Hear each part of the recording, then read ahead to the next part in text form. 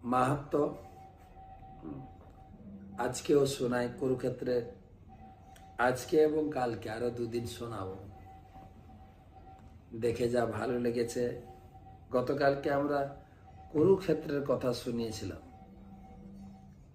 কুরুক্ষেত্রের মাঠে কিভাবে যুদ্ধক্ষেত্রের প্রস্তুতি এবং ভগবানের যুদ্ধক্ষেত্র পরিচালনা এবং সেই বিস্তৃত ভূমিতে কিভাবে যুদ্ধক্ষেত্র সংগঠিত হচ্ছিল। আমি বলছিলাম যে সেই স্থানে গিয়ে ভগবদ গীতার যে প্রথম অধ্যায়ে যুদ্ধক্ষেত্রের যে প্রস্তুতি সব যেন চোখের সামনে ভাসছিল এবং সেই ভূমির স্পর্শে একটা শিহরণ, কিভাবে আমরা সে সিরিয়াল দেখেছি, কিভাবে যুদ্ধক্ষেত্রে শঙ্খ দামামা বাজছে, সেখানে অনুভূতি হচ্ছিল। তবে যে আমাদের গাইড ছিলেন উনি বলছিলেন এখানে যদি সন্ধ্যা পর্যন্ত থাকেন আপনি এখানে সেই যে যুদ্ধক্ষেত্রের 3D শো আপনি দেখতে পারেন।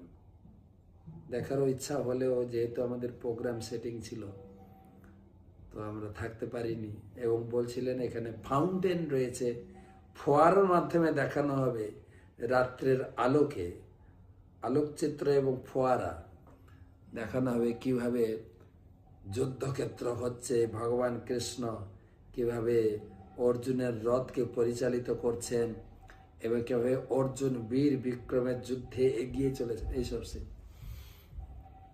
জানি না, যদি পরে কখনো সুযোগ সুবিধা হয় আবার কুরুক্ষেত্র যাওয়ার ইচ্ছা থাকলো, অভিলাষ থাকলো। তো আজকে সেই কুরুক্ষেত্রের মাঠের ভিতরে আরেকটা পবিত্র স্থান যেটাকে বলে নরকতারি বা ভীষ্ম কুণ্ড।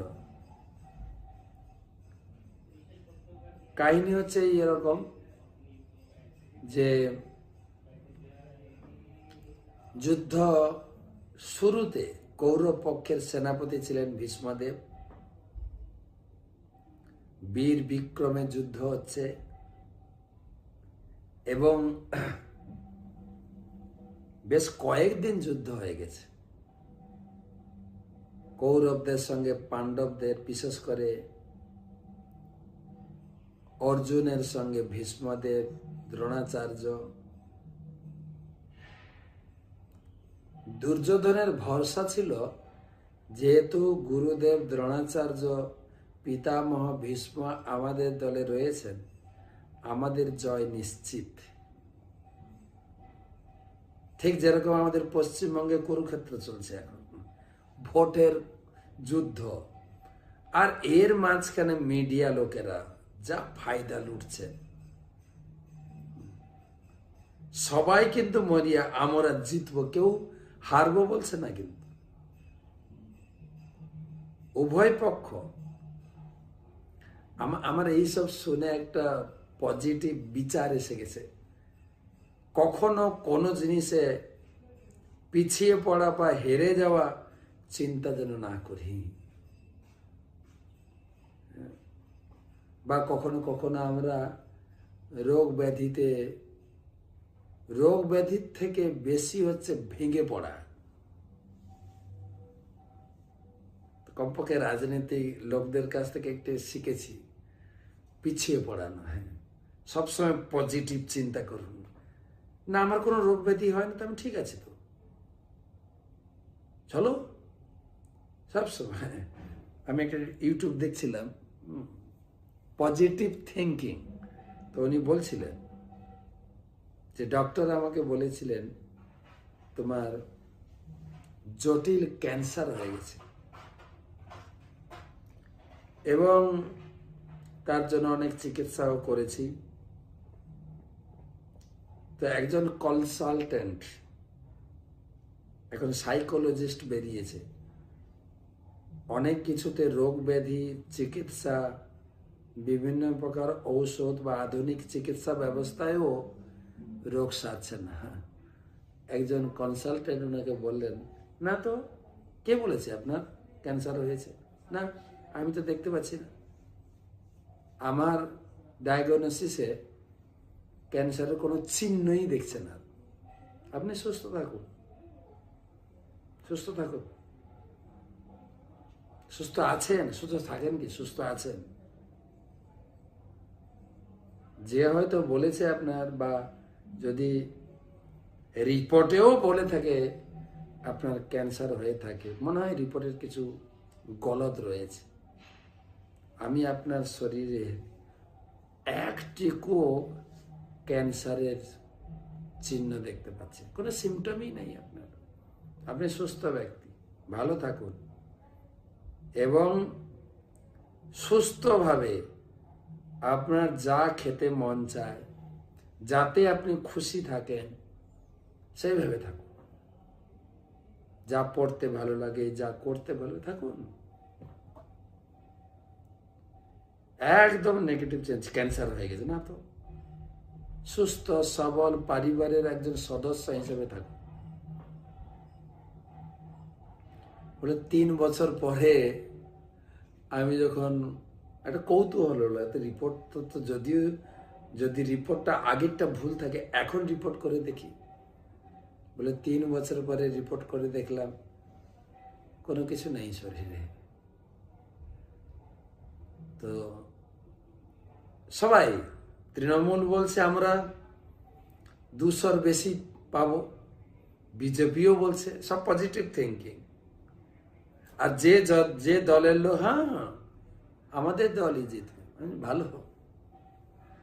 তো দুর্যোধনও সেই রকম মরিয়া হয়ে, তার বিশ্বাস ছিল আমাদের দলে গুরুদেব দ্রোণাচার্য, পিতামহ ভীষ্ম, বন্ধু কর্ণ, অশ্বত্থামা, আমার জয় তো নিশ্চিত,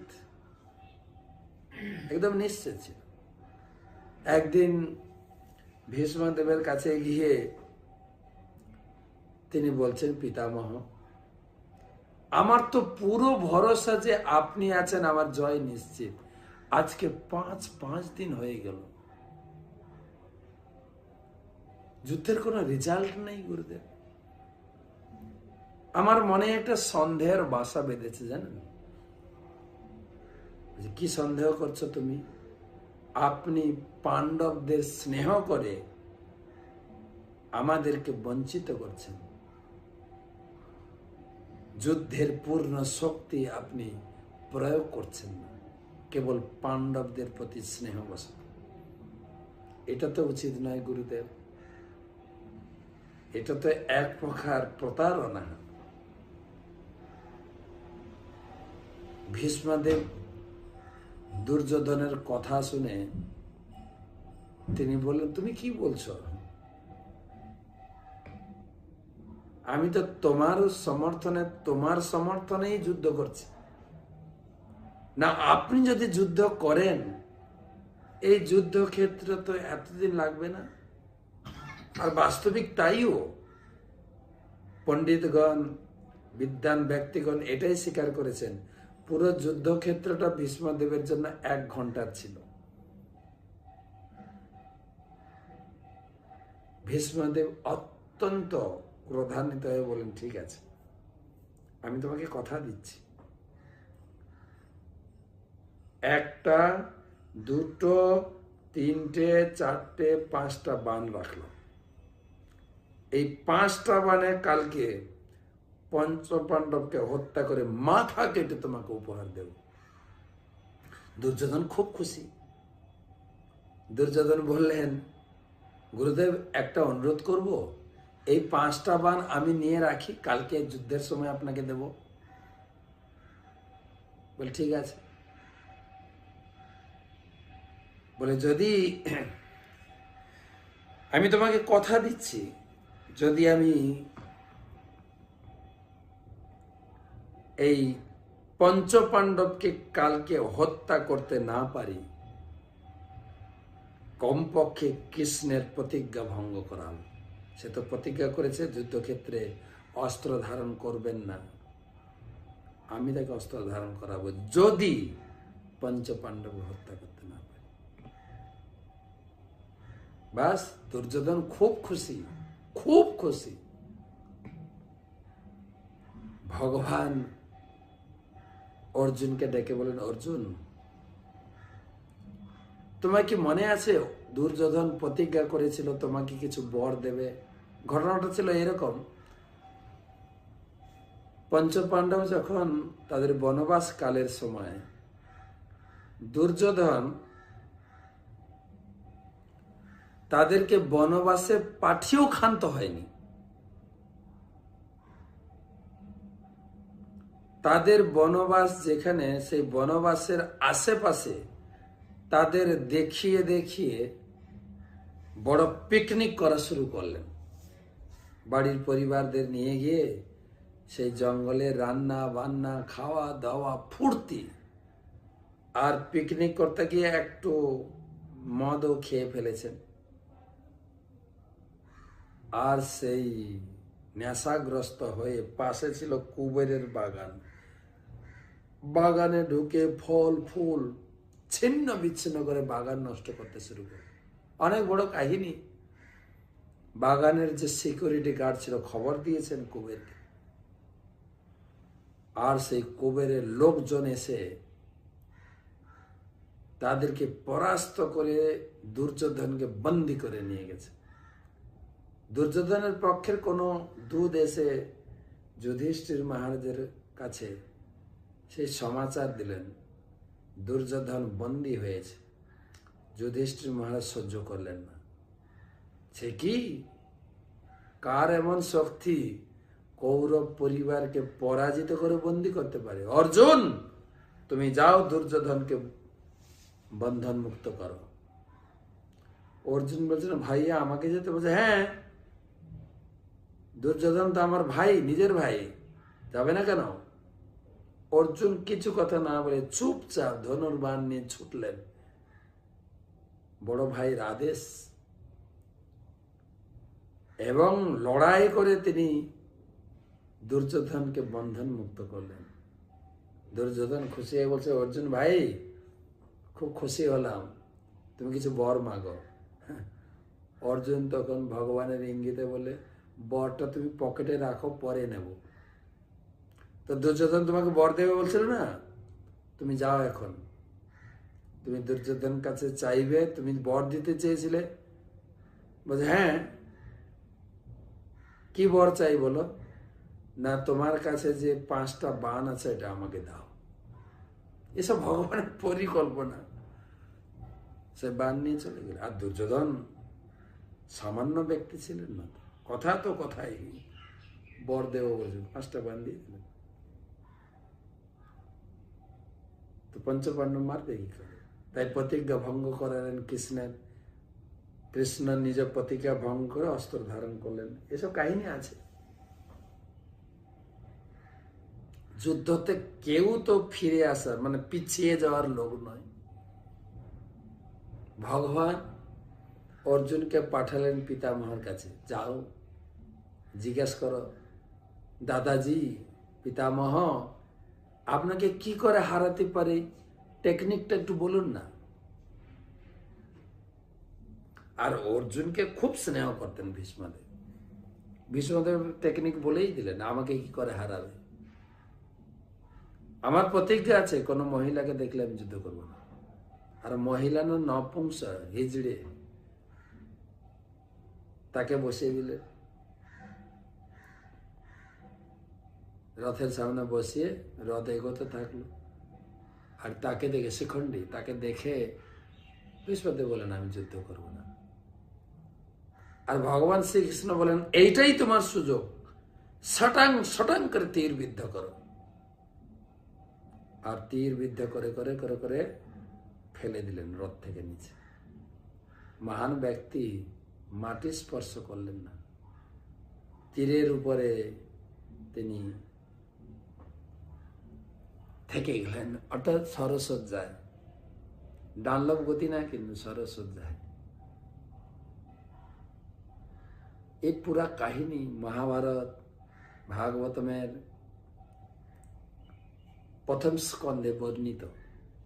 মহাভারতের সার কথা সংক্ষেপে নিয়ে এসছেন ব্যাসদেব।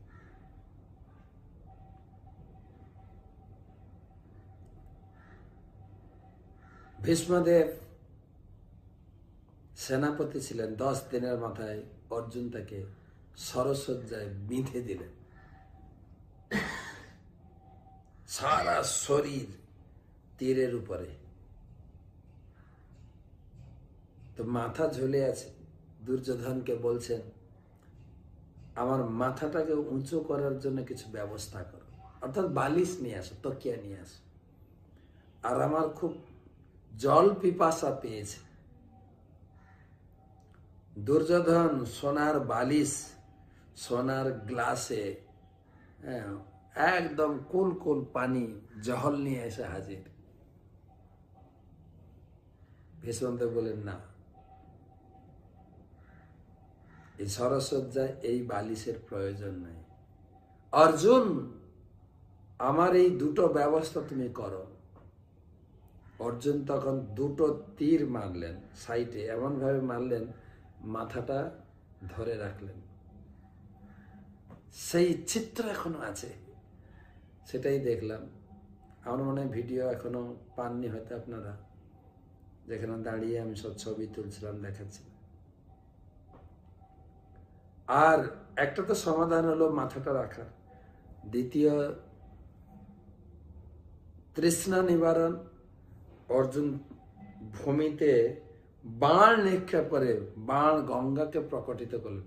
সেই গঙ্গা একদম সরাসরি ভীষ্মদেবের মুখে, আর গঙ্গা তো ভীষ্মদেবের নিজের মা। বলা হয় গঙ্গা এলেন ভীষ্মদেবের অন্তিম মুহূর্তে ছেলেকে দেখতে। আর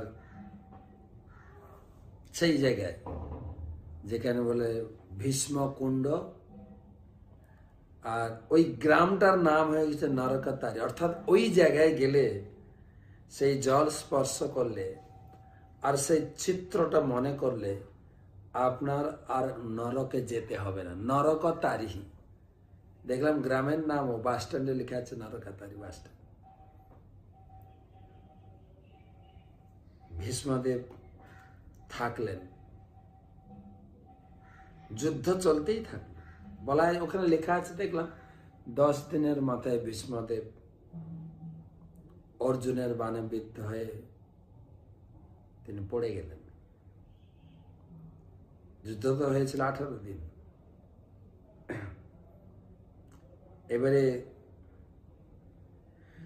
যুদ্ধ হলো, যুদ্ধে পাণ্ডবরা জিতে গেলেন। ভগবান কৃষ্ণ তিনি যুধিষ্ঠির মহারাজকে অনুরোধ করলেন, আপনারা ভোটে জিতে গেছেন, এবারে চলুন শপথ বাক্য পাঠ। এখন বলে শপথ বাক্য, আগে ছিল রাজ্য অভিষেক। তো কালকে রাজ্য অভিষেকের তৈরি করা হোক। যুধিষ্ঠির মহারাজ বেঁকে বসলেন, কৃষ্ণ, আমি রাজা হব না। বলছে কেন? না, লোকে বলবে আমি কেবলমাত্র একটু রাজগদির লোভ লালসায় কত লোকের প্রাণ কেড়ে নিয়েছি, কত মায়ের পুত্রহীন কোল করে দিয়েছি, মায়েদের কোলকে পুত্রদের ছিনিয়ে নিয়েছি, কত মাতাকে আমি বিধবা করেছি, তাদের স্বামীরা যুদ্ধক্ষেত্রে মারা গেছে। আমার মতো পাপী ব্যক্তি কি রাজা হতে পারে? আমি রাজা হওয়ার পরে ওই সমস্ত ব্যক্তিরা আমার প্রতিশোধ নেবে না? না না না না, আমি রাজা হব না। ভগবান তো মাথায় হাত। ভগবান বললেন, রাজা হবেন না তো জিতালাম কেন? ভগবান জিতিয়েছেন, এনারা জেতেনি। হায়, বলে তুমি যা বলো, আমি রাজা হব।